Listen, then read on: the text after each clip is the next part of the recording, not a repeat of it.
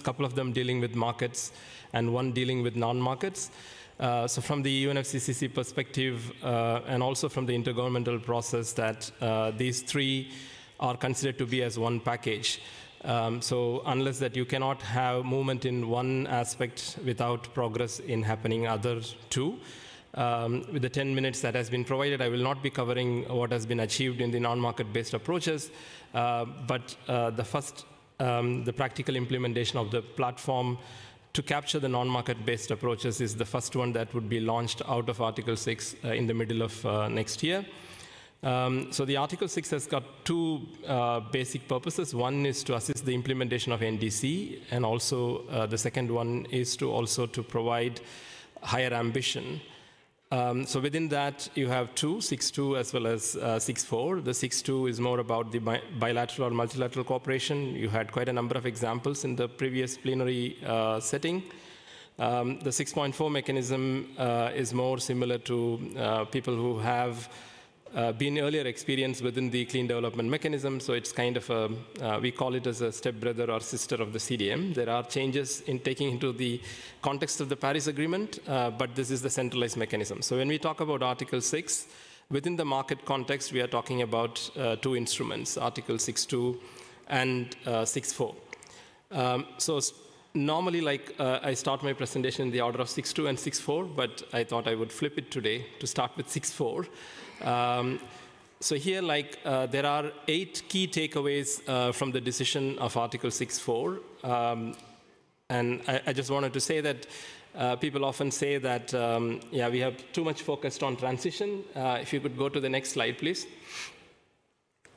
In the package, so if you would see that in total there are 5 key components. So the first one is related to activity transition package.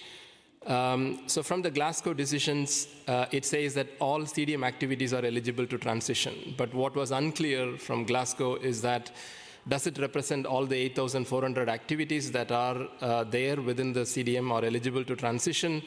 The Sharm el-Sheikh has made it very clear that they should have an active crediting period as of 1st January 2021, which has already written away 60% of the CDM activities out of transition. So there are about only 3,500 activities that would be eligible to transition based on the decision taken in Sharm el-Sheikh. Second, in Glasgow, there are 2 key decisions around, as we all know that when you have to develop a new system, it will take its own time. So the political compromise that was achieved in Glasgow is that until such time that you have these different components of the engine are available, you would have flexibility until 2025. So something around the methodology. Suppose if you want to transition activity, there's 2 strict deadlines, 2023 and 2025. So that can only be done, thank you. That can only be done provided if you have the methodology to calculate your eligible emission reductions. So the decision from Sharm el-Sheikh has said that to apply for interim measures before 2025 for such application. Then in Glasgow, suppose that you are an activity that is currently under the CDM and it wants to transition, there were 2 viewpoints. One, if and when that activity actually transitions into the Article 6.4 mechanism, that should be the effective date of the transition. So that was one point of view. And what Sharm el-Sheikh has provided as a decision is that even if an activity moved to the Article 6.4 in 2025, for example, they can have an effective date of transition from 1st January 2021. So which means that you are having kind of a retrospective availability of taking those credits. Of course, whether there will be a market for these credits, that's a different thing. But in terms of effective date of transition, it is possible to transition because I'm very sure that the second part of it, there may be no demand, but I'm very sure that people who are actually looking at Article 6.4 as one of the measures for the use within their NDC purposes, I think these are the activities that would be initially supplying credits under Article 6.4, because these are the activities, they are going to fully comply with the rules, modalities, and procedures of Article 6.4, but they would be eligible to claim credits from 1st January 2021. So you are having a possibility of sitting with 4 years of crediting. The second part was about the CER transition as a key takeaway. There were discussions around whether or not that you would differentiate between the pre-2020 units and post-2020 units. The decision is that you would have a clear tracking and display of pre-2021 units to be mentioned. Then within the CER transition package, do these CERs travel outside of the mechanism registry? The decision is that you would retire them within the registry. So the units itself will not be traveling, but they would be retired. Then there are two elements. One, like I think morning you heard this OMGE, like which I, from a very colloquial way, I say it's not the right place in Singapore to talk about that because the drivers of this concept was AOSIS. But in a negotiating colloquial way, we call it as a oh my God emissions. Because this is an emission that goes to the God, which cannot be used neither by the producer nor by the user.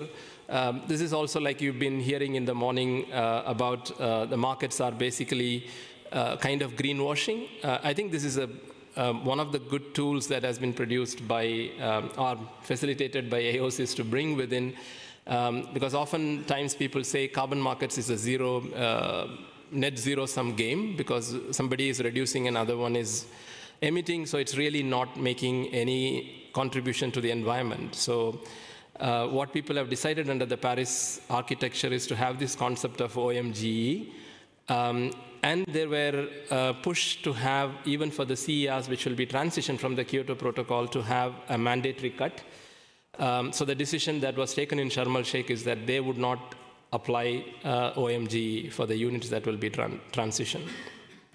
Then for adaptation contribution, there are two types of contribution. Morning you heard from Ben saying that under 6.2 cooperation and as well as in Article 6.4, on a mandatory basis, you need to take away 5% of your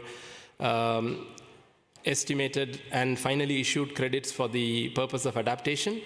So there were negotiation points around if the units from KP, from pre-2020 are moving to post-2020, whether they have to apply 5% share of proceeds or 2% share of proceeds that existed in the KP. As always, within the UNFCCC negotiations, you will not get the right and direct answer, but it says that it will be managed as per the Kyoto Protocol guidance, so which means that you are applying the 2% of what would be done under the CDM.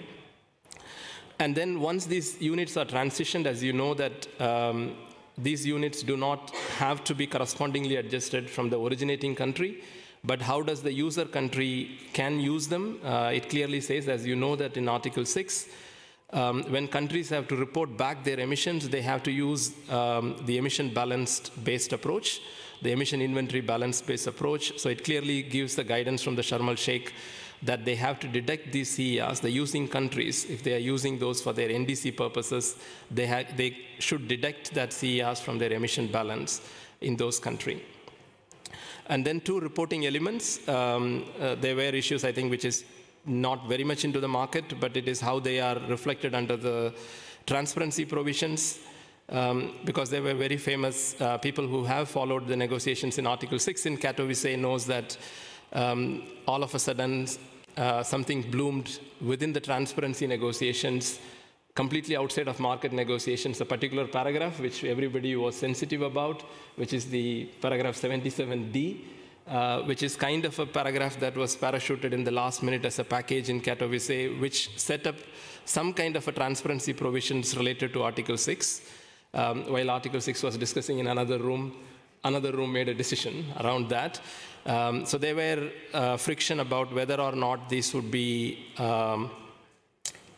this reporting needs to have any separate element. So the decision is to follow what is already been adopted under Article 13 in Katowice, and then subsequent guidance adopted in Glasgow. Then we are coming to the OMGE.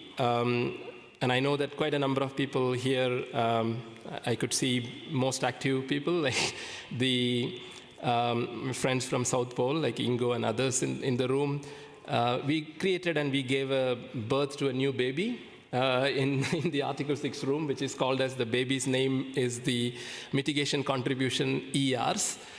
which is to provide with a good outfit to something called as a non-authorized emission reduction that came out of Glasgow. So there was a new name that is being provided.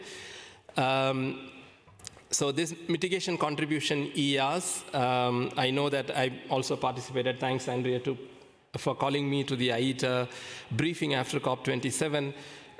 So one thing I wanted to make sure is that the way that we read, it starts with an inter alia, so which means there are two things to notice in that. One, this is not a closed list, it's an open list.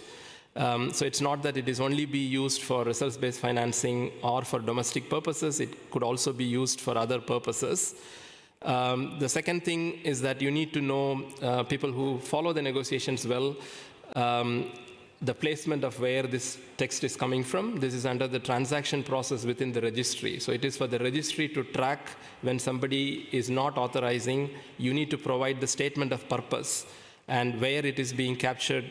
So it is coming under that section. So I know that there are certain market sentiments, both pro and con about this mitigation contribution ERs, but the understanding in the room is that it is not a closed list as of now, unless new guidance comes up. So whether this overall mitigation of global emission is applicable, the other issue is that whether or not this is applicable even for those new baby, the mitigation contribution ERs. The decision from Sharm el-Sheikh is that it applies for both. So if you are a project developer, you have produced 100 tons of carbon dioxide emission reductions for trading, what ideally you can trade would be 93 without taking into account of other transaction proceeds. You would only be eligible to sell 93. So 5 goes for adaptation, 2 goes for the overall mitigation of global emissions. So irrespective of your use, whether it is for your NDCs or for any other corporate purposes that you wanted to use it, but what you are eligible to get out is only 93, not 95 or 100.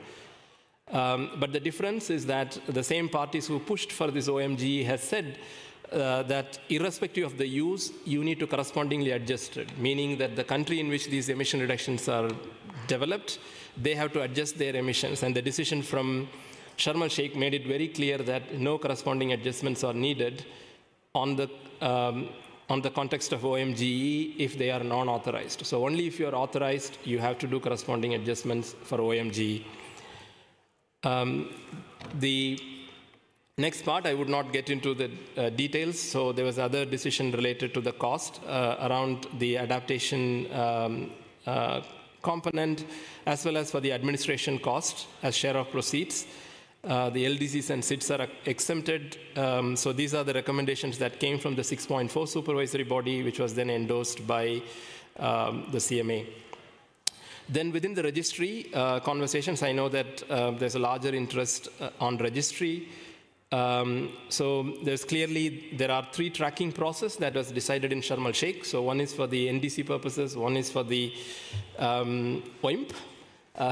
This is again, UNFCCC is very famous to produce new acronyms. So this is called as OIMP, which is other international mitigation purposes. So one of the example that you can think of is that, which is again Singapore is very active, is related to CORSIA as an example. So other international mitigation purposes which are for compliance purposes. And maybe in 2026 we hear the new OIMP, which might be coming out of the IMO from the Maritime Organization. If the negotiations go well, I think that might be the next demand center for the OIMP. So already I talked about the birth of the new baby of the mitigation contribution ERs. And then once the units are issued, there was a conversation that whether it goes to which accounts. So there are about 11 accounts that will be created within the registry system. So once the unit is issued, or once the unit has been allowed to be issued by the supervisory body, it will be issued into the pending account, and then that would be moved to a holding account. And that holding account, who can open? It is the parties and the entities authorized by parties, and there are other different accounting types where you cut all these things. And then the relationship between the international registry and the mechanism registry. So I think morning Ben responded to one of my questions around the centralization versus decentralization. This is the 2 world views of what a registry has to do. whether it's a registry or a register. So for people who wanted to have these systems to only track information but not physically generate units, for them, this is more a register, not a registry. So that conversation is still pending because it comes from two world views, like we had heard about in the morning about the success of California. We also heard, not yet heard about the success of EU ETS in this room yet. But this is the two broadest views of whether every unit is become unitized and serialized, or we are talking about account flows, which is very technical, net account flows. So that was the issue that is being there. But what is clear is that the Secretariat has been given a mandate to implement them. So this is the work program, and I would not get into the details. One of the key issues, I think, which will have a direct impact on the market actors is the authorization process. So the authorization process itself, to me, is kind of the trigger that you keep, imagine a pistol keeping on the top of your head. That's the authorization within the Article 6 context, that the moment you authorize, the host country has an obligation to undertake an adjustments to its inventory totals. So which means if I'm from a country, from a developing country, once I have given an authorization to an activity to be transferred internationally, I am agreeing to create a negative environmental debt in my country in terms of the emissions, because every unit that is being transferred, I have to add them back as emissions. So the negotiation conversations revolved around the timing, whether you can provide, because you need to identify also the balance, because if everything needs to be provided very much in the upfront, it might provide certainty to the investors, because the government will not turn back after 2 years and say that, okay, guys, let's forget it. I want to take all these credits back. So that really jeopardizes the investment certainty. While at the same time that you are, like you heard about Singapore talking about 30 corporations that they are coming forward. So all these corporations come up with some kind of an agreement of certain criteria to be met. What if one of the criteria has not been met? Is there a possibility of revocation? And what are the impacts of those revocations? So these are like quite commercially sensitive issues. So in the negotiations, they couldn't be able to come to a conclusion. So they created a work program to look at the timing of that authorization to be provided, the information that needs to be contained within this authorization, and then finally the revision and the revocation. And then we are very popular on the first day of the COP under the Article 6. We all have been lambasted by, we know that there's a huge interest about the removal activities because we all know that going forward, the removal units are going to have more prominence in the carbon market than reduction units. So politically, the supervisory body came up with some recommendation, and we have been just kicked back. So there are a couple of supervisory body members in this room. I do not know whether they're currently here. So Secretariat would be working with them in terms of producing that guidance around removals. I think that would be a significant work that the supervisory body would be doing. But one thing that I also wanted to clarify here, I think when I again spoke to yesterday many people, that the supervisory body was given with 4 tasks to deliver from Glasgow to Sharm el-Sheikh. They delivered 2, so their strike rate is 50. Much better than a soccer field with your attempts and goals. So they translated into a 50% success rate. Actually, they went with 75%, and under VAR, they have pushed one back to 0. So they are working on them. So now they have a strike rate of 50:50. But what is need to be important is that one of the delivery was about the application of methodological guidance, and there was a perception outside in the world that because that has not been delivered to the CMA, you as a project proponent, once the process is there within the Article 6.4, you cannot submit a methodology. I want to clear that myth. You can submit, because this was a further guidance to the recommendation. So the existing recommendation can be operationalized by the supervisory body. So they do not necessarily need to get the CMA approval in Dubai in order for somebody to submit a methodology. As long as they have the process, they can go ahead and submit. So this is, I know that, yeah, I'm always late in giving the time. So in 6.2, I think you will be hearing quite a number of things. The reason why I flipped to 6.4 is that I looked at the program, and knowing the interest in the voluntary markets and the different cooperation agreements that where the market is matured at this moment, matured within the immaturity, is around 6.2, and you will be hearing quite a lot about 6.2 in these couple of days.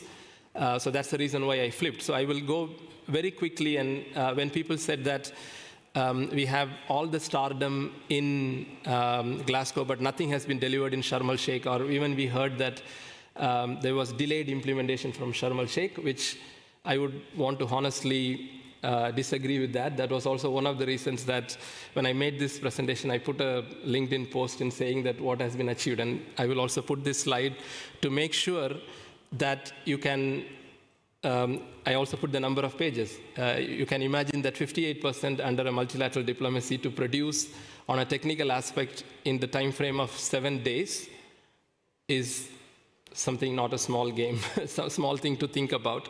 So they made a decision around registries, on guidance on registries, and the international registry, which enabled parties to build registries and record tracking. And people who have worked in the KP world was very much aware of this registry administrator forum. So one of the things is that you would be, this registry administrative forum is going to come forward with 500 pages of documents, which is the data exchange standard, which under the Kyoto Protocol was developed by an RSA forum, Registry System Administrators Forum. So that would become a blueprint in the future when we talk about different registries and when you talk about the interoperability of connecting two different registries, you may have to follow that. And this cannot be negotiated in the political negotiating room. So the biggest decision from Sharm el-Sheikh is to establish this forum, the Registry Administrators Forum, and the host countries would be asked to nominate experts to work within this forum to develop the data exchange standards. And that was a great outcome with respect to in terms of implementation of the infrastructure. Then in terms of reporting, I think, again, we heard, right, like I talked about the trigger, as well as the morning we talked about cooperation is going, and we heard Switzerland and Ghana has signed their first cooperation, ITMO cooperation. So the moment you have authorized something, the trigger is that you have to provide an initial report for that cooperation. So what Sharm el-Sheikh has produced is a reporting outline for such countries to report those cooperative approaches. So once that cooperative approach is being reported, it has to be reviewed. And a suite of decisions around this review has been undertaken in Sharm el-Sheikh. What needs to be reviewed, the outlines for undertaking this review, the roster of experts who has to undertake this review, and there is a strong training program that the Secretariat has to come forward with. This is, again, was a great package around review. So you have the initial reporting outlines, you have the infrastructure to be established, as well as the review procedures.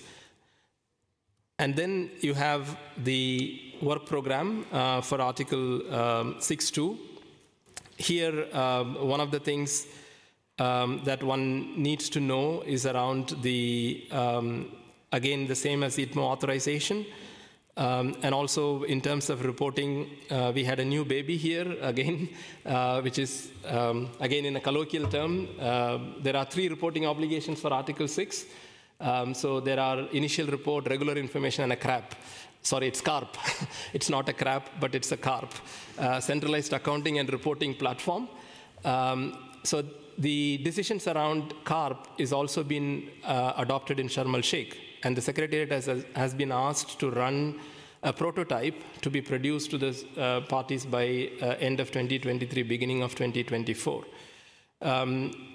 So that means sometimes we feel that there's not much to do, but there are still much to do.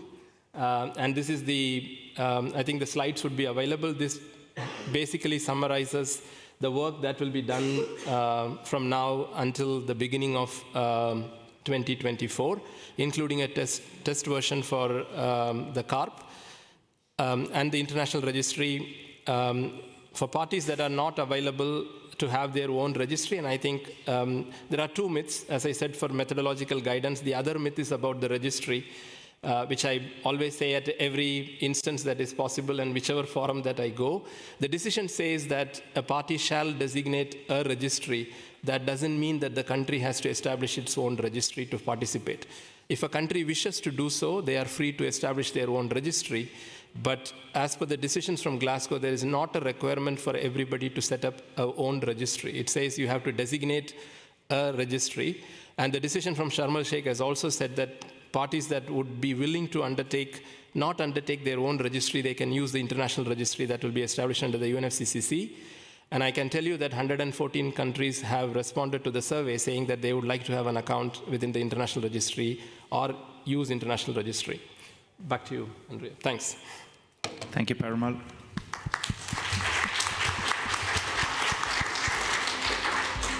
Thank you for sharing your knowledge, Perumal. And I'm now turning to Ruyun. We heard this morning from Minister Fu and from Dr. Chia about the plans Singapore is moving forward with. Can you please reflect on what we heard from Perumal and help us understand the implication for Singapore's plans? Yeah, thank you very much. So I think with the conclusion of Article 6 rulebook back at COP26, as well as the decision coming out from COP27, I think it's very important that we actually start implementation. And at the COP27 decision, I think there's a common theme that we can recognize that is learning by doing. It's time for implementation. So even though we cannot get all the things right, at least we can start moving on to start implementing things and improve along the way. So such as like the AEF and things like the draft outline, so to enable countries to enter into cooperation. So with that, I think even before COP27 decision, Singapore has been pursuing opportunities to leverage international cooperation under Article 6. So we have been speaking to various countries, and through that, we actually understand what are the needs. And COP27, actually, the decision helped to provide more confidence for countries to enter into cooperation, because before COP27, no one actually know how to write an initial report, what is an AEF, and stuff like that. But then out of COP27, at least we have some clarity, even though they are draft, and they are still going refinement up to COP28, but then at least we are able to implement something. So I think for Singapore's end, I think earlier today, Minister Fu as well as Benedict have spoken quite a bit. So I think to enable this, we are now working with like-minded countries to operationalize the Article 6 rulebook as well as COP27 decisions.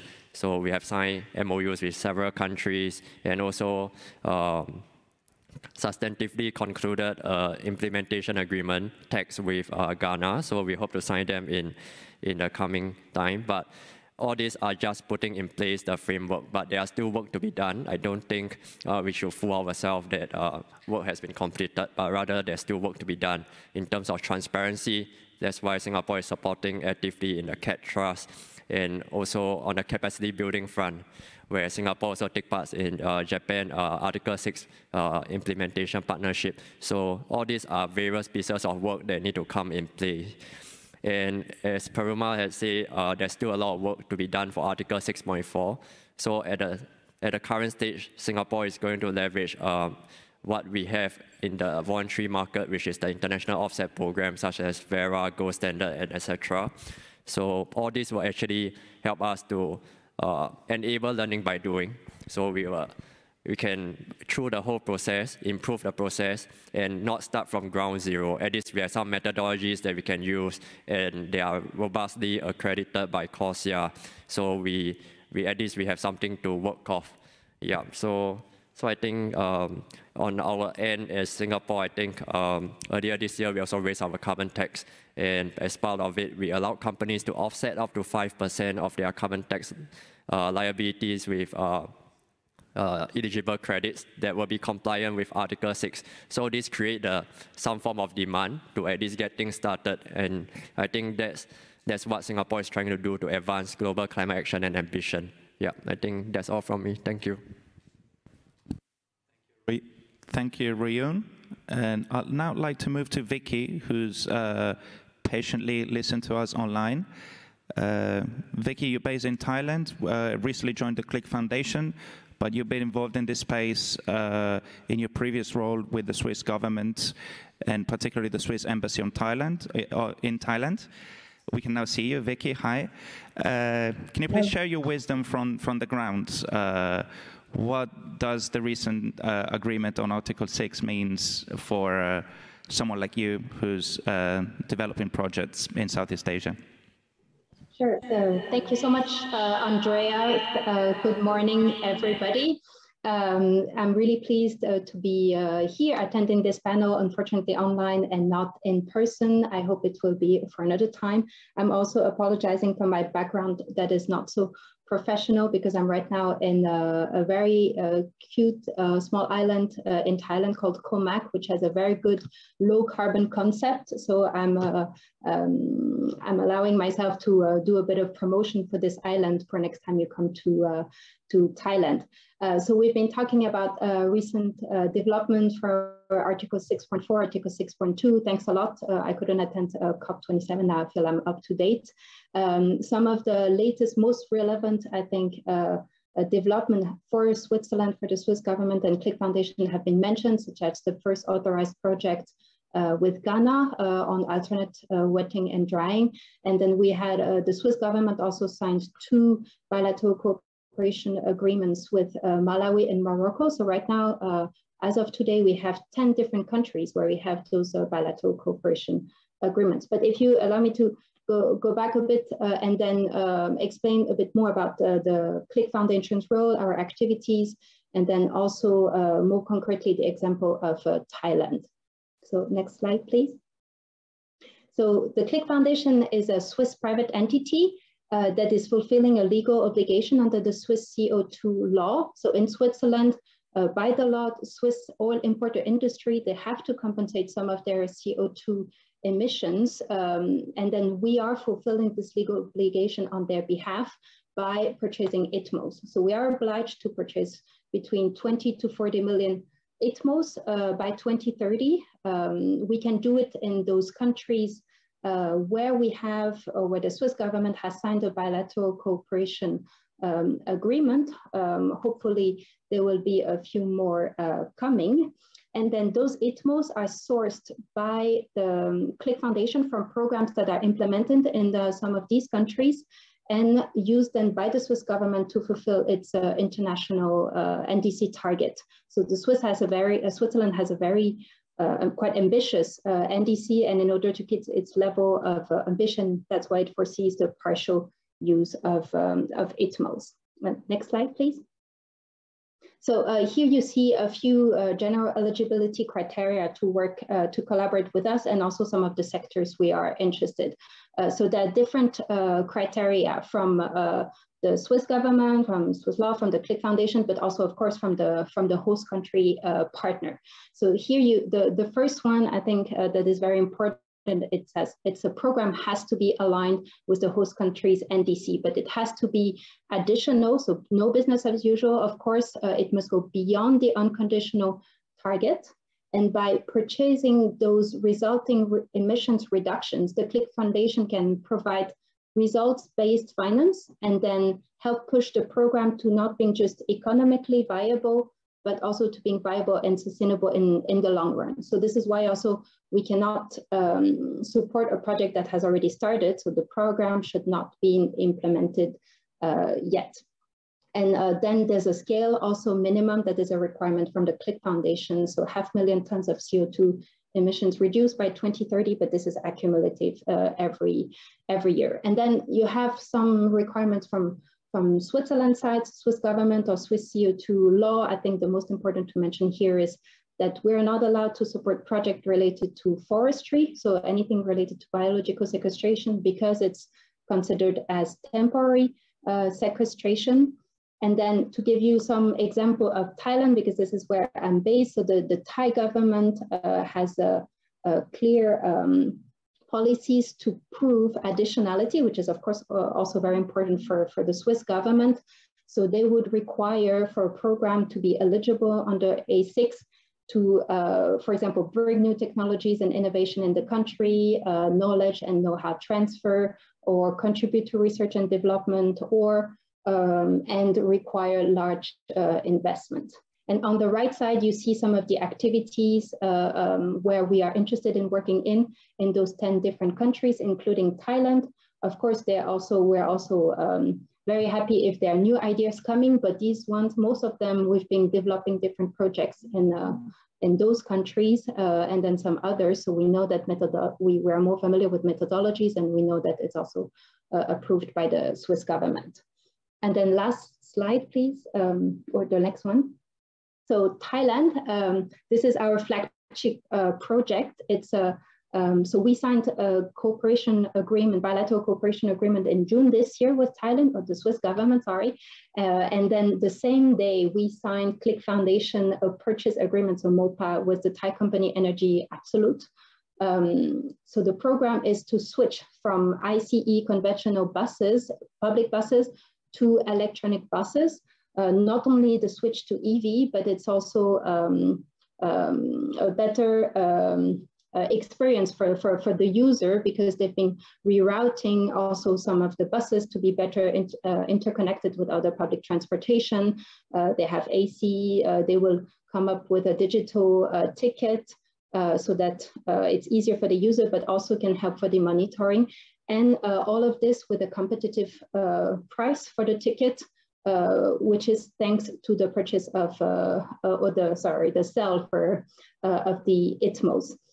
So it started already, the implementation started in October, so please come to Bangkok and then sit on one of those dark blue buses. But the authorization should, between the from the two governments, should happen very, very soon, maybe in the next few days or week, hopefully. And here it's a good example of the additionality for Thailand. So EV is in Thailand's NDC, but they're focusing more on the individual passenger car. And here, because we're focusing on public transportation, this is where we bring this surplus. So last slide, please. Oh, sorry, and I forgot, because apparently South Pole is also in the room. South Pole was a very important partner on this, and it still is in this project. So because I'm not here to exchange business cards, you have my information here on the screen, and then also please scan the QR code if you want to know more about the Click Foundation. Thanks a lot.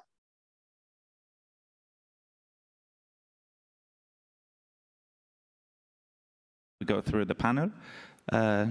Ted, I know you've been involved in domestic carbon markets in New Zealand, and now you're actively looking at the implementation of Article 6. What can you share with us today? Thank you. And it's wonderful to be here. It's great to be able to come to some meeting and a meeting like this in person at last. I'll be brief because New Zealand's plans to use international markets under Article 6 are at an early stage, and I'm hoping, and already this is happening, to learn more about progress on implementation from others, including particularly Switzerland and Singapore. The New Zealand context for this includes methane and nitrous oxide from livestock agriculture, which are now over half of our national emissions as we reduce other sectors. We're making a start on agricultural emissions pricing, but agriculture remains a difficult sector to reduce, and our domestic plans will drive a relatively modest reduction in that area by 2030. Just ahead of COP26, New Zealand updated our first NDC to align with the 1.5 degree temperature goal with advice from our Independent Climate Change Commission. And we set ourselves a target of a 50% reduction in net emissions below 2005 levels by 2030.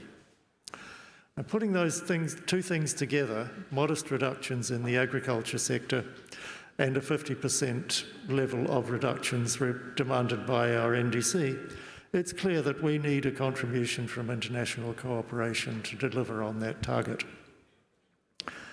Article 6 allows us the prospect of more action and more ambition than we can achieve within our own borders. The Ministry for the Environment is working now on developing a strategy for approaching our cooperation under Article 6. This work has been late in coming because we have had a very strong domestic focus in our policy work on climate change for over the last 2 or 3 years. Now, this has been necessary and not different from many other countries, I'm sure. We have put in place 2 major legislative changes. First, to establish a domestic pathway, domestic targets, our first emissions reduction plan, and an independent climate change commission. And second, to reform our emissions trading scheme, and that reform includes preparing it for limited use of international linking in the future. We're in the early stages of developing that strategy, but we know that environmental integrity will be critical. We also know that international markets have the potential to deliver sustainable development benefits to our partners, and our government is also insistent that any use of Article 6 cooperation will remain supplementary to domestic action, and more ambitious domestic action must continually stay on the table as we progress with international cooperation. We look forward to sharing more information on our international emission reduction plan in the early part of next year. We know that past market activities under the Kyoto Protocol have a poor reputation domestically with our public and stakeholders, and social licence will be an issue. We're determined to ensure that our use of Article 6 is a transparent and trustworthy process that delivers real and verified emission reductions.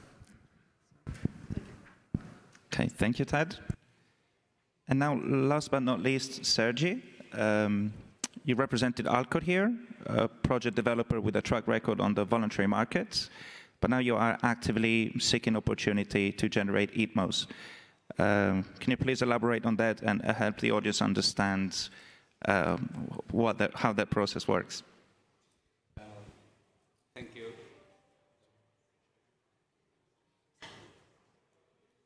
Yeah, thank you, Andre.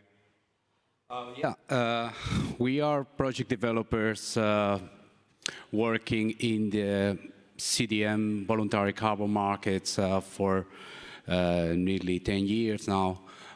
Personally, I've been working for the last 20 years on the CDM compliance market.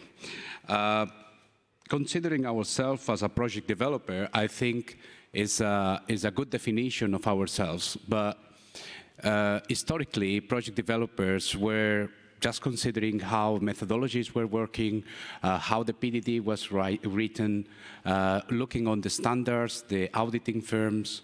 But I can see that now project developers need to have a little bit more of knowledge about the policies, the NDCs, how a legal framework works in different countries, how culturally you can approach these bilateral agreements between countries, how you make possible technology transfer going from one country to another, how you gonna be implementing capacity building programs in a country like Colombia, where you have a new government coming. So I can see that now project developer is a description which doesn't apply from the old Kyoto Protocol era. So I can see the opportunity for new project developers to work together in a collaborative approach, not only on projects. So we see the scene of Asia Pacific, specifically on the appetite from buyer countries like Singapore, Japan, South Korea, based on our experience with the Swiss government and the CLIC Foundation, which gave us the opportunity to implement the first ITMO projects in Senegal and Ghana, specifically on waste management sector. We are having a very, let's say, learn by doing approach, and I was very happy to see during these 2 weeks in Sharm el-Sheikh that the mandate from the COP27 was together for implementation. So for the last 4 years, including the COVID, Alcor felt a little bit alone for implementation because there was not anyone giving us some advice on how to develop those projects. So I'm happy that now we are together for implementation, but definitely we need to share experience as we're trying to do with all these meetings and conferences. Our approach is basically to work together with the seller country. We need to understand what are their NDCs needs, what are their long-term strategies as a country. We also need to understand what are the abatement costs on their NDCs and see how they have classified this abatement cost, specifically on the conditional side of the NDCs. To do that, we definitely need to have a good NDC from the seller country. And at the moment, we cannot see this kind of transparency in the NDC of the countries. Therefore, our job as a project developer is a little bit more difficult. We definitely see the market transitioning from a buyer-led market to a seller-led market. In the other room, there are the trading people trying to establish the right price on carbon and so on. But we understand that the right price for carbon is the one which is determined by the seller country in a way that we can definitely give the right price to achieve that mitigation action within the NDC. But also, we also need to look at the NDC as a whole on the adaptation needs on finance. We cannot just ask developing countries to start implementing mitigation actions without seeing the adaptation needs of to achieve the NDC. But also on the way how this implementation means are inside of the NDC, specifically on Article 6. The Article 6 for us is a great tool to unlock finance. We also consider that corresponding adjustment need to happen in the host country at a price. We've seen that buyer countries, without being able to conduct investment in developing countries, are not going to have too much success in having ITMOs, because down the line, Article 6 should help to unlock finance and to keep that mitigation action going forward in time inside of the country. We could see a very interesting approach or very similar approach with what Singapore is looking in terms of sustainable development. We are working, for instance, in a project in Dominican Republic where we can see that there is a very important need on finance in the Dominican Republic for a biogas project, specifically for cattle sector, that this waste is destroying the island effectively, and there is a need of quite a lot of more than $50 million of investment needed. Without the security of ITMOs, it would be nearly impossible to achieve that project and to overcome the financial barriers. So I leave it there. I think there is lots of information to digest on Article 6, but I just wanted to give you a sense of how I see project developers function going forward in this arena of Article 6. So thank you very much. Thank you, Sergi. I had prepared some questions for the panelists, but we are outrageously late, so I'll open to questions from the very large audience here in Singapore. We take a round of 3, and I see one person here raising his hand. There's a microphone coming.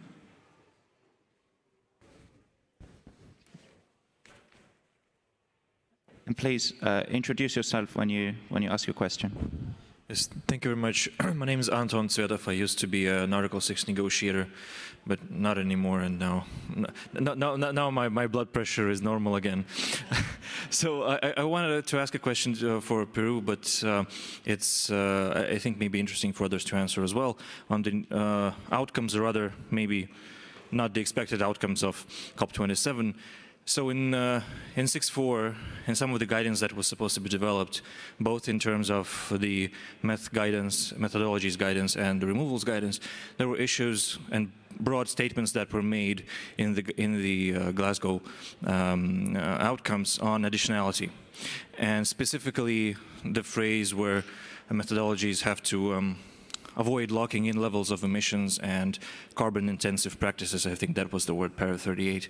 So my question is whether, as we operationalize and explain and try to elaborate on that guidance, and specifically with the guidance on removals that was, well, you told this story to this room today that it was kicked back to the SB, whether we may see in the coming years a limitation on the scope of project types, specifically in removals, that could be eligible under 6.4, and whether that variety of projects in removals could be somewhat limited as a result. Thanks. Thank you. Is there any other question from the audience? One here at the front and one on the side. We take both of them.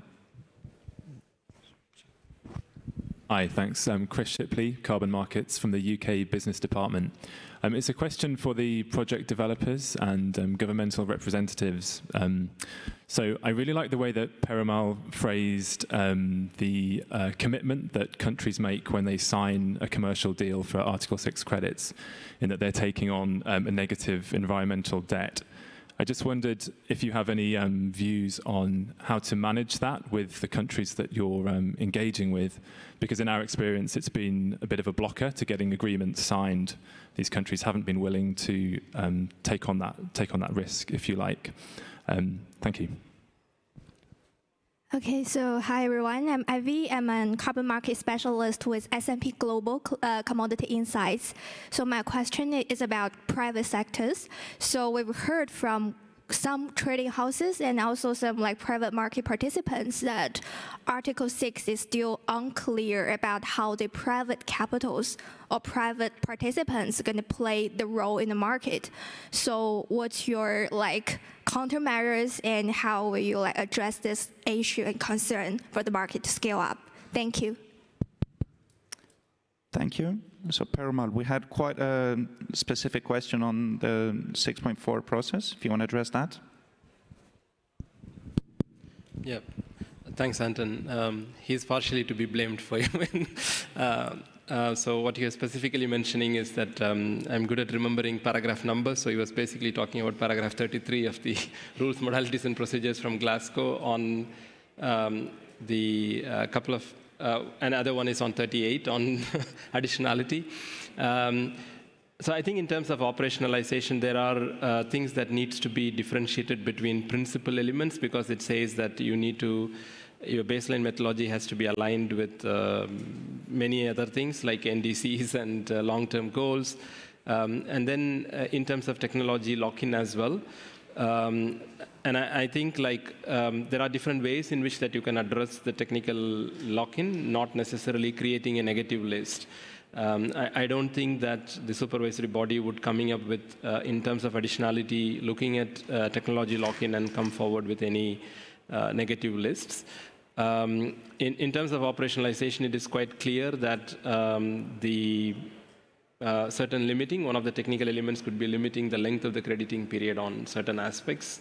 Then it can contribute to the host country benefits, not necessarily for trading, but it can help the host country benefits, because every activity that is being undertaken under Article 6, even though we call them as climate change mitigation activities, they are done from the perspective of sustainable development. And the second question in terms of removals, I said that it was kicked back, but the main two reasons why it is being kicked back is on two counts. One in terms of trying to capture, as you said, both the biosequestration, geosequestration methods, engineering methods, and things that are currently in conceptualization, like the ocean fertilization, etc. So people do not want to come forward with any kind of list which says that what is eligible and not eligible. So the definition in which that what is a removal that was being defined by the supervisory body was most contested. I think they need to go back to the drawing board and looking at how they look at the definition at this moment. And I think as long as that we limit our definition to the IP, that's not for supervisory body members who are in this room, but if we limit our definition of removals to what has been given by the IPCC, I think it would limit that controversy, because it was a last-minute inclusion in terms of sometimes perfect is the enemy of the good. So we could have just stuck to IPCC definitions and say that those are the eligible types of removals, but we went into further defining process and we got into trouble. The second one within removals is about the use of the overlay between the sovereign responsibilities versus international standards. I really do not know how we will come over that based on the discussions that we had until starting the meeting on Saturday morning, 9 o'clock. Andrea was also waiting, peeping into my room to see what we are doing. But starting on Saturday morning 9 and concluding the meeting on Sunday morning 8 without having that outcome, I do not know how more we will progress on that. So I think there's clear thing about what needs to be done at the sovereign level. Whether that has to be done at that recommendation level of the CMA or we leave it at the standards level, I think can do it. Will the supervisory body prioritize one removal technology over the other? I would say it might be over the deathbed of somebody else. So I don't think that there will be any kind of prioritization within the removal technologies. So I think still we need to have a broad principles around all types of removals and specific guidances around the types of removals. Vicky, I'm going to ask you to react to the second question. Can you comment on the perceived hesitations by host countries in authorizing units and committing to corresponding adjustments? Yes, with pleasure. Thank you. Although I'm not a representative of government, so I hope I'm not overstepping if there's anyone from the Swiss government in the room. But from the CLIC Foundation, clearly we can observe some hesitation from some countries. There is a fear of overselling risk, not having met all the readiness requirements, but there are ways around it. It can be by technology, by region. So Article 6 can do what is too expensive, too remote, too high-tech, too complicated, too challenging. And what is interesting is that the host country, are in the driver seat. So they can choose what they want to do under a very cooperative approach. Of course, there are some readiness needs that are important requirements. They need to review NDC or update it if it's not done yet. There are some institutional arrangements for important process steps, but the Thai government was actually a good example because they wanted to have.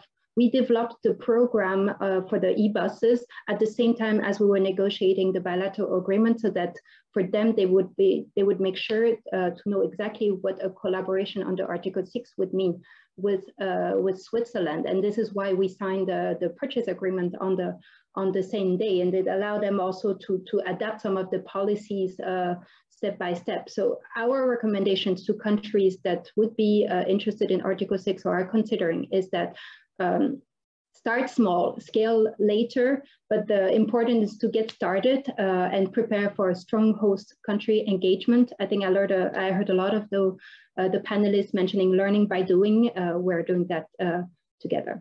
So I hope this answered the question. Ruyun, you want to give Singapore's perspective? And please briefly, because we really need to close the session. Okay, yeah, I will keep it brief. So I think all in all, it shouldn't be a zero-sum game. I think many host countries are not comfortable because they don't actually know what they can authorize and what they can't authorize. So to that, I think capacity building is important to ensure that they know what they can do within their NDC and above their NDC. And sometimes, even though you have measures within your NDC, we also need to give them comfort that there's possibility of scaling up. So I think like what Vicky said in terms of having a small pilot project then scaling up, I think that will give them some comfort level. Yep. So I think that's what we get from our engagement with countries. Yep. Thanks. And Sergey, Ted, again, briefly, do you want to answer the third question? Is really the role of the private sector and private capital unclear? Yeah, despite Article 6.4 is not very clear at the moment, I think we have enough on Article 6.2 to start working in a learn by doing approach. As soon as we work with principles like additionality, transparency, integrity, equality, accountability, I think we have enough clarity, and the most important clarity we have at the moment is that climate action is needed now. So I think it's enough clarity to start doing things. Thanks. Ted, any closing remarks?